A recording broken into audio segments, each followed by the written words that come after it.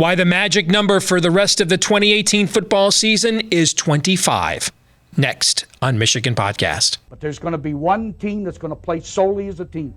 No man is more important than the team. No coach is more important than the team.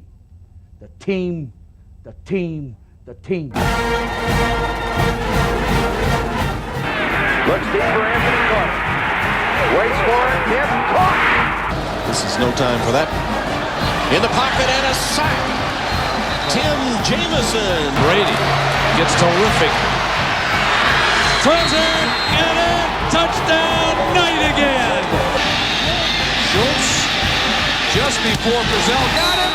And a leaping interception by Woodson. Harbaugh back to throw over the middle. Caught by Collier at the 5 on his feet. Touchdown, Michigan. On its way. It's good. He's 5'7", 179 pounds, a junior at Michigan. But Jamie Morris packs a wallop, and he delivers for Bo Schembechler. And here's your first play. Pressure coming. Sack. It is Glenn Steele, number 81, who fought his way through the traffic. Option. And Robinson calls his own number, and he's going to score. Oh, an easy touchdown for Robinson and Michigan.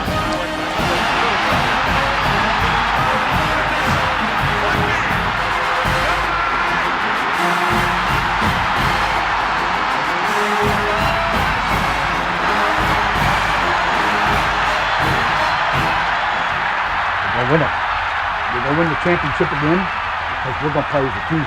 And when we play as a team and the old season is over, you and I know it's going to be Michigan again. Michigan.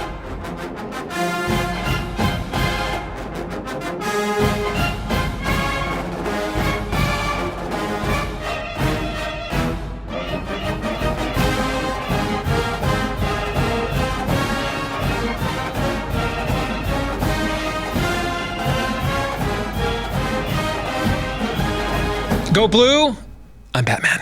Welcome to this week's episode of Michigan Podcast. I am Steve Deace. Joining us a little bit later on, Michael Spath. My partner from Wolverine Digest from WTKA in Ann Arbor will be joining us. This week's Twitter poll results, our question of the week, and more to come this week here on Michigan Podcast. But I begin with what we teased right at the very beginning. Why the magic number for the rest of 2018. You know, now that we're out of the non-conference portion of the season, or as former Michigan All-American lineman John Jansen likes to call it, the preseason. Now that we're done with the preseason and we look forward now to the rest of the campaign and Michigan gets ready for Big Ten play, there's a few things I think we know. And there's two in particular that I want to focus on as we begin this week's episode. Here's the first thing we know. The first thing we know is the defense is very good, but it's not special. And this team is going to go as far as Shea Patterson can take them. Now, let me start with the defense, okay? Because some of you are going to get upset that I said it's not special. But let's put this in perspective. Michigan's defense so far this year is giving up only 276.4 yards per game, 15.7 points per game. Amongst teams that have played 3 FBS opponents, it's number 1 in college football in yards per play. Now, those numbers are absolutely all outstanding, especially by today's standard where there are so many wide open offenses in college football. However, as we saw down the stretch last season, and as we've seen at times this year, like the first half against Notre Dame, the preseason comparisons that we were drawing between this defense and 1997 are, it's wishful thinking. It's not that level of special. It's really good. I mean, this is going to be at worst, I think, by the end of the year, even against the schedule we have coming up. At worst, it's going to be a top 10 defense nationally. At worst. Okay, but the 1997 stuff, you know, the preseason hypathon that we like to go through and every fan base goes through, that stuff, delusions of grandeur. But you know what? There is some good news. For this team to be good, the defense doesn't have to be 1997 good or 1997 special. And here's why. So far under Jim Harbaugh, Michigan has a 714 win percentage. That's a huge improvement over the 574 win percentage that the Wolverines had the decade prior to his arrival. But look how close it was to being even greater. If Michigan had managed to score a mediocre 25 points, that's it, 25 points. Let me put the number 25 in perspective before we go back to that graphic. Last year, if you averaged 25 points per game, you were 90th in the nation in scoring offense in college football, which is not good. Okay? So, 25 points is mediocrity, all right? So, if Michigan had managed to score a mediocre 25 points in 6 of Harbaugh's 12 losses so far, his win percentage becomes an insane 857. And think how much different the perception of the program would be with that offensive output. 90 offenses in college football last year averaged 25 points per game or better. Every haterade narrative is gone. Now, some of you are going to say, but Steve, winning all 6 of those games is not realistic. You're right. So check this out. If Michigan had managed to win just 3 of those games, when it needed to score 20 or fewer points, Harbaugh has 3 of his 12 losses. 3 of his 12 losses. All right, that's 25% of his losses at Michigan were in games where the opponent scored 20 or fewer points in regulation to win. At Iowa and at Ohio State in 2016 and Michigan State at home last year. If Michigan had just won those 3 games, if they had scored 21 points in regulation in those 3 games alone, consider how much different Harbaugh's resume looks. In 2017, you beat Michigan State. You're at worst 9-3. The whole can't win the rivalry thing, gone. In 2016 against Iowa and Ohio State, you finished that season in the regular season undefeated, and then you go to Indianapolis for the first time, and we see what happens in the rematch against Wisconsin in the Big Ten championship game. But you're number 2 behind Alabama. You're undefeated. So heck, even if you lose that game to Wisconsin, you still might be in the playoff. Remember, Michigan almost got into the playoffs in 2016 with 2 losses and without winning the division. They went into the last week of the year. They were still ranked number 5. All right, so think of how much different everything looks with minimal offensive improvement for the Wolverines. So here's what I think this all means. In Shea Patterson, we trust. Here's the question now. Can Shea Patterson get 25 points in every Big Ten game the rest of the year? If he can. At worst, Michigan is going to be 7-2 in the Big Ten. That's at worst. And likely better. That's the question. Now, it would seem to be, come on, we've got to manage that, Deace, but we haven't. See, we haven't done something around these parts in a long time, and that's play what the experts call complementary football. And last Saturday against SMU was one of the first examples I've seen of us do it in a long time. The defense, by our standards, scuffling. SMU had 2 touchdown drives. Both were over 11 plays. One was 16 plays. Defense couldn't get off the field. And yet the offense, every time SMU was threatening to make it a game, the offense scored. The offense scored on its last 6 possessions, but it was the last 2 possessions that it scored that mattered the most. They were good drives. They resulted in 10 points. They took a game that maybe Michigan might have been forced to sweat a little bit, like, say, last year against Cincinnati and Air Force, and instead they put the game away. That is the complementary football. It's going to be rare to have a defense like we had in 1997 ever. That's why we remember it 21 years later. But in today's wide open version of college football, it's even more rare than it even was back in the 1990s. So at some point, you've got to score some points to win. Does Michigan finally, and Shea Patterson, have the quarterback that can do that? I think that's the question that will ultimately determine if they can hit that magic number 25, and that magic number 25 is going to determine whether or not this is a meaningful college football season for the Wolverines or not.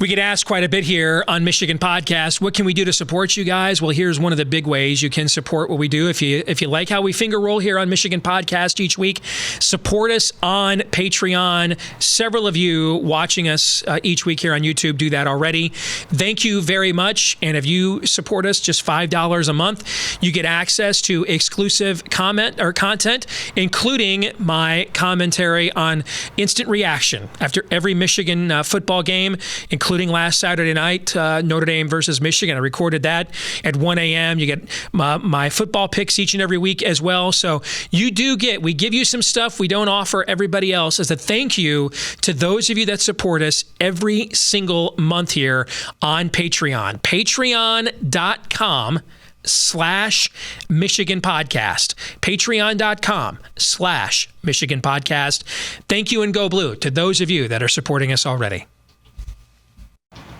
All right, back here on Michigan Podcast, joined again this week by our good friend and our partner at Wolverine Digest, Michael Spath from WTKA in Ann Arbor. Michael, good to see you. Go blue. And your overall thoughts as we kind of take our first big picture look at the season, right? It's the first major benchmark coming out of the non-conference, as former Michigan All-American John Jansen likes to refer to this as the preseason. So what do you see here at the quarter pole of the 2018 Michigan football campaign? Oh, gee, that's a good question. I mean, I see certainly a lot of positives. I think the passing game is coming along, I don't want to say better than we thought it was going to be, but certainly at the level we thought it was going to be. I really like what we've seen out of Shea Patterson so far. I really like what we've seen out of the wide receivers. The tight ends have been hit or miss, but when they're on, they're really good. And I think you can say the same thing about the entire offense. When the offense is hitting, they can be a top 20 offense in college football because they have all the elements there. They have the ability to be successful running the football with two really good running backs in Karan Higdon and Chris Evans. They have a dynamic quarterback that can make all the throws, and the ability to hit the deep ball so quickly into his tenure is a huge success for Michigan. I know it took Wilton Spade a little bit of time when he got going. It took Jake Rudock a little bit of time to develop that type of chemistry with his wide receivers. So the offense can be really good. I think probably the biggest surprise 3 games into the season has been how lackluster the defense has been, Steve. I mean, I don't know about you, but that first half against Notre Dame shocked me. The way that they played against SMU was surprising. I think the areas that we were concerned about have all been areas that we should have been concerned about. The offensive line play was a concern going into the season, hasn't been overwhelmingly positive. The safeties, the secondary, the vulnerability there has been a vulnerability so far. So I think so far this team is what we thought it was going to be. I'm just surprised they came out so flat against Notre Dame in the opener. When you take a look at the Big Ten coming out of its non-conference season, what's your big picture there? I mean, just a huge disappointment. We're talking about a league that was supposed to be from, really strong at the top. And then from top to I would say about the 10th spot was supposed to be pretty good. You've got a lot of frauds in the Big Ten this year. Northwestern, I think, is a fraud. Purdue is a fraud. I think, if you look at the Big Five, Ohio State looks like they're as good as we thought they're going to be. Penn State, after an early struggle against Appalachian State, is playing really well. Michigan State, Wisconsin can still be very, very good. But certainly the fact that all 3 of those teams, the latter 3 teams, lost their big non-conference game certainly diminishes the reputation of the Big Ten a little bit and creates this razor-thin margin for error for those 3 teams at least getting to the college football playoff. I would say this, Zach Shaw and I, my co-host here at Inside the Huddle, we talked a lot about in the preseason about whether or not a 2-loss team in the Big Ten could make it, or if 2 teams in the Big Ten could make the college football playoff. And I think after what we've seen so far, there's really almost no shot that 2 teams will make it from the Big Ten. And I don't think a 2-loss team will make it from the Big Ten either this year. Well, I have no problem dropping the hammer when I think it's necessary. And frankly, all too often recently, it's been too necessary. But when it comes to the angst about the league, I would just caution people on a couple of fronts. Number one, in 2014, the Big Ten had a showdown Saturday, and it lost every one of those games. Michigan got shut out by Notre Dame. Virginia Tech won at Ohio State. It lost every single one of those showdown non-conference games. Everybody thought the league was toast. Ohio State won the college football playoff that year. And then last year, the only really quality non-conference win that the league got last year was when Iowa won at Iowa State. That ended up being an 8-win team. And then the league went 7-1 in bowl games. So I agree, and the whole, this is the most losses they've ever had to unranked teams in one weekend. Well, to be fair, we've only been a 14-team league for a few years, and one of them's Rutgers. So some of these things are a little hot takey, like Harbaugh's got the same record as Brady Hoke from the Pete Feinbaum media. It was not a good showing. It was an ass showing. We showed ass all over the fruited plain of the Big Ten. There's no question about that. But really, when you look outside of the top of the SEC, with Alabama, Georgia, LSU's the first team since 1976 to get 2 top 10 wins in its first 3 weeks. That was Missouri, who went on to go 6-5 that year, by the way. But when you take a look at just the top few teams in the SEC and look at the rest of the leagues around the country, tell me whose depth as a conference really stands out of the non-conference, because I don't really see it actually anywhere. No, I would agree with you in that point, Steve. I'll say this. Where I look at the disappointment of the Big Ten is, you're right. If Ohio State runs the table, or whoever makes the college football playoff from the Big Ten, if they go out there and win the national championship or make it the national championship game, then we're not talking about this non-conference narrative. But the fact of the matter is, when you have 3 of your 5 marquee teams lose a non-conference game, and 2 of them losing to an unranked team when they were ranked in the top, 12 in the country, what it changes is the fact that going forward here, Michigan, the Big Ten is not going to get that benefit of the doubt. If you get to early December and you've got a 12-1 Ohio State team and you've got an 11-2 Wisconsin team, I think the issue there is that because they had that non-conference loss, I think you don't get the benefit of the doubt in terms of getting consideration for a second Big Ten team. That's the only place I think it hurts them. But otherwise, I agree with you, Steve, that as long as the best team in the Big Ten goes out there and has a good showing in the college football playoff, nobody will really remember the non-conference narrative. And certainly, as long as the Big Ten goes out there and performs in bowl games, same type of thing. It'll get brushed to the side. But right now, here we are in week 3 or going into week 4. The conference is taking a reputation hit. One last question on the Big Ten globally, and then we'll return and finish out talking about Michigan here. I think the question that's going to decide this, or go a long way towards deciding this conference, is if Urban Meyer is content winning football games the way Ohio State has looked the first few weeks. And here's what I mean by that. They've given up an over 50-yard touchdown play all 3 weeks. All right, and the first 2 weeks they played Oregon State, who had the lowest season win total in the Power 5 in Vegas, except for Kansas. The second week they played Rutgers, and then they played TCU, and that's with a new quarterback really making his first start of his career against a team with a pulse. And I think the reason why is, on one hand, they've had 2 straight years, Michael, where they've been rated in the secondary with early entries to the NFL draft, and after a while, even as well as you recruit there, that eventually catches up. But the other is the kind of offense they're playing. This is not the same offense that all spread offenses are not the same. Urban Meyer wants to run a power spread. That's what he ran with Tim Tebow at Florida. It's what he ran with JT Barrett here at Ohio State. He wants a quarterback that can run between the tackles on 3rd and 4, be a running threat, and use that to set up the downfield passing game. Dwayne Haskins is, I think, unlike any quarterback we've seen at Ohio State, I think maybe in our lifetimes. I think he's got a level of arm talent that they just haven't typically had there.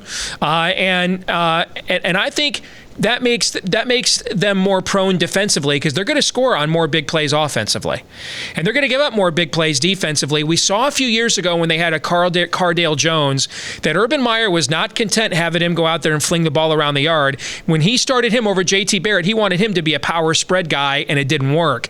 I think that's going to be fascinating, especially if Bosa is out for the year, which when you're in street clothes, you're not coming back in a couple weeks. It never works out that way. So I don't know if he's out for the year or not, but I think he's out for at least a considerable amount of time. And as good as they are defensively, he is their one guy coming off the edge that gets pressure on his own. And so I think if you take away your one edge rushing guy, that means you probably got to blitz more to get pressure on the quarterback. That exposes that back 7 even more.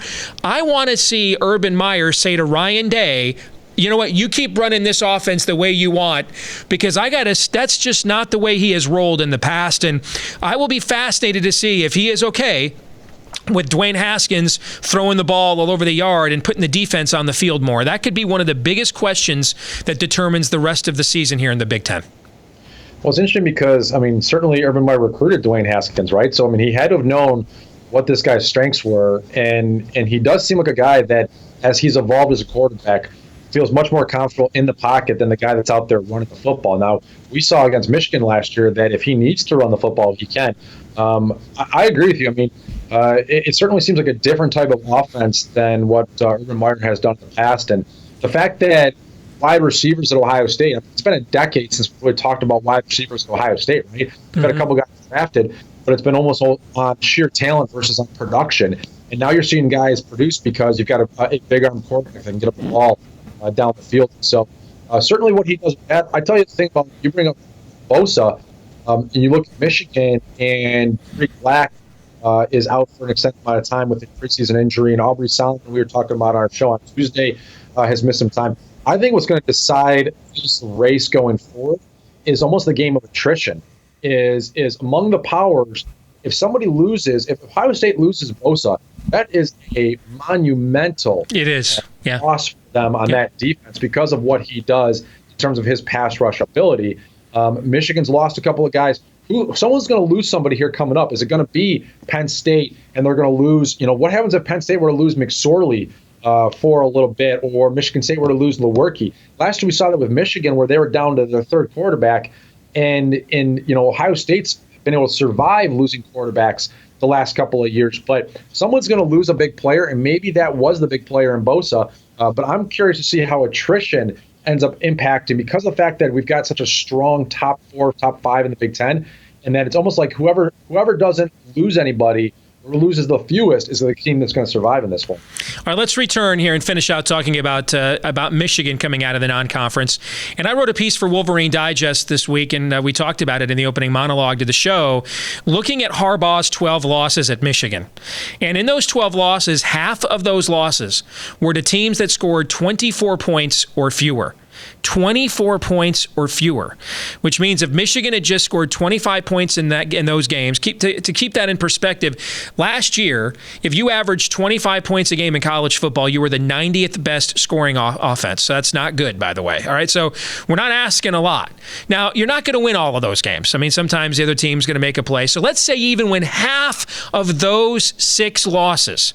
We'll even just give away the other 6. And if those 6 where the opposing team scored 24 points or fewer, let's say Michigan had won half of those games, especially because half of those 6 games, Michael, the opponent scored 17 points or fewer and still beat Michigan. If you put those 3 wins, and those would be, and I'm talking about regulation, of course, because Ohio State got over that in double overtime in Columbus in 2016, but 20 points would have won in regulation in Columbus in 2016. 20 points would have won at Iowa City.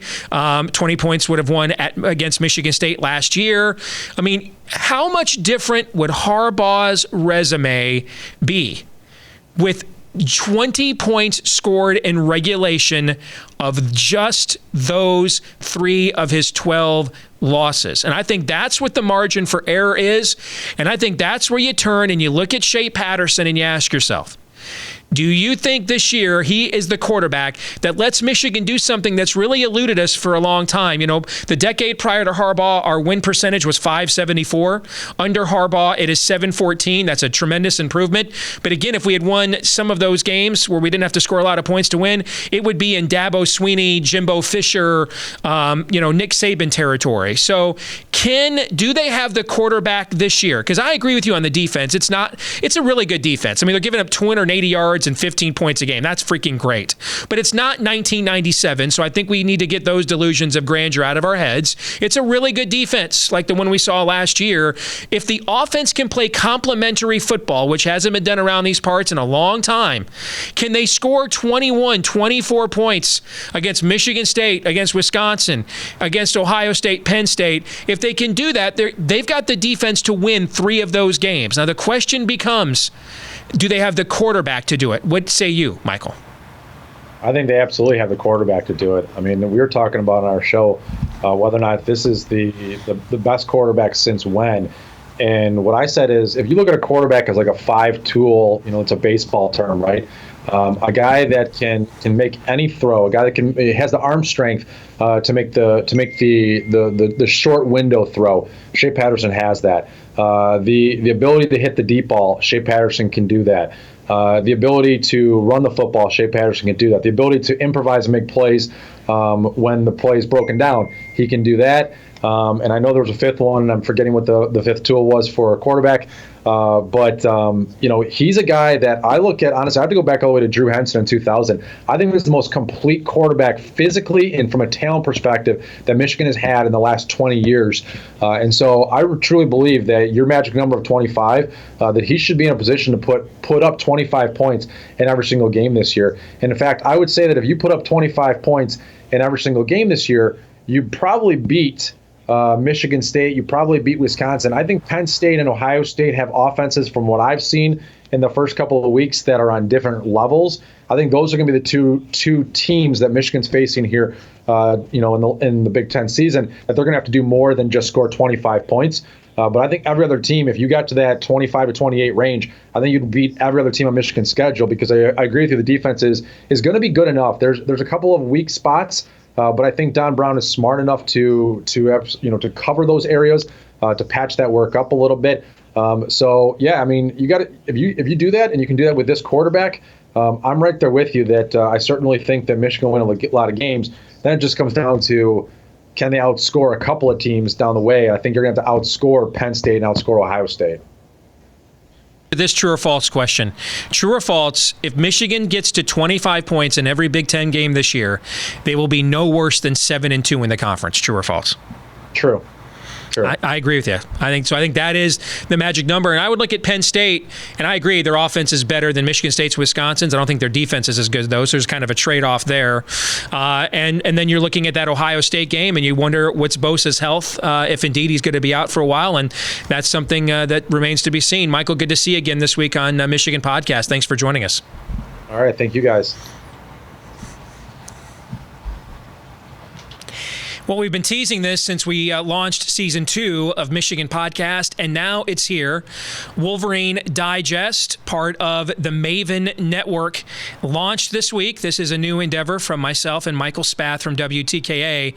And this is really, for those of you that can't get enough of the kind of analysis that we do here on Michigan Podcast, this is right up your alley in print, because this is content targeted for the critical thinking fan, meaning you're okay with honest analysis, and that honest analysis may not always be, when we lose, we're the victims, we was robbed. You want to know what you need to know about why you saw what you saw in the last game, and why the next game might get better or might not.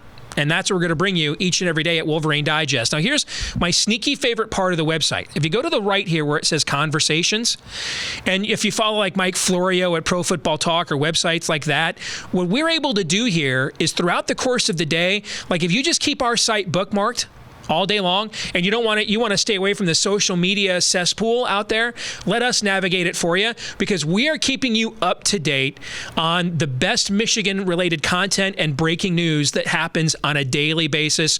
And we're able to keep that running, scroll there, just update that throughout the course of each and every day for you here at Wolverine Digest. So that might be my favorite part of the website, is that Conversations thing that you see there on the right side of the front page. So if you can't get enough, if you love what we do here at Michigan Podcast, when the show is over, we just move over to WolverineDigest.com. On purpose, I did not leave a cop-out option of you haven't changed your mind, because that's how I would have voted.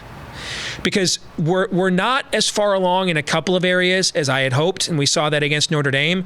But I think we're also learning that the league is not quite the gauntlet. It's still very good, but it is not quite the impossible gauntlet that we thought it was a few weeks ago either. And so things have kind of regressed to the mean a little bit. So I'm right to where I was in the preseason. I still think this is a team that will be 10-2. I did think we'd beat Notre Dame, so maybe you end up 9-3 at worst case scenario. But I think we have the makings now of correcting the things that have caused us to lose so many of these big games so far in the Harbaugh era. And I think a lot of that has to do with the guy we have under center right now. This week's question of the week comes from Devin Ryland, who says, is it just me, or does it seem like this team is not much different than the 2017 team? You know, I agree with you, except in one area. Except in one area, I agree this team isn't much different than the 2017 team. It just so happens, though, that one area is the most important area in football. That guy right there on the other side of your screen. That's a pretty big difference. That guy right there is. All of a sudden, Donovan Peoples-Jones, nobody's talking about him being a 5-star washout. Nobody's talking about that right now. Why? Because of that guy. That guy we didn't have him last year, okay? I mean, right now, he's putting up crazy numbers. You're averaging 9 yards an attempt in that kind of offense we run. We're not running an air raid out here with Mike Leach guys. You average over 9 yards an attempt in a Harbaugh offense, you're making plays, okay? In a pro-style offense, that's a crazy number. So, yeah, in many respects, we are the same team we were last year. We were pretty good on special teams last year. I think we had the number one kick coverage unit in the country. We had, Donovan Peoples-Jones return a punt for a touchdown. Ambry Thomas has already had a kickoff return for a touchdown. We've already blocked a punt.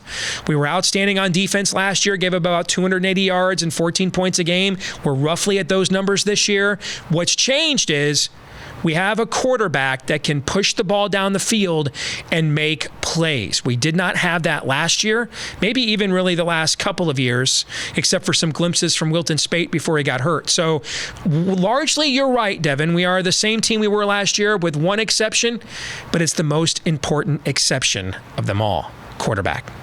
Well, thank you for watching us here this week on Michigan Podcast. Don't forget to follow us on Twitter at Michigan Podcast. We'll keep you up to date with our thoughts on the Wolverines all week long. Check out the website, WolverineDigest.com, WolverineDigest.com, and a shout out to our friends and partners at Detroit Sports Podcast who help us to spread the word about this show each and every week. Please click like and subscribe here on YouTube. Leave us a positive review as well on iTunes, Stitcher, and Google Play.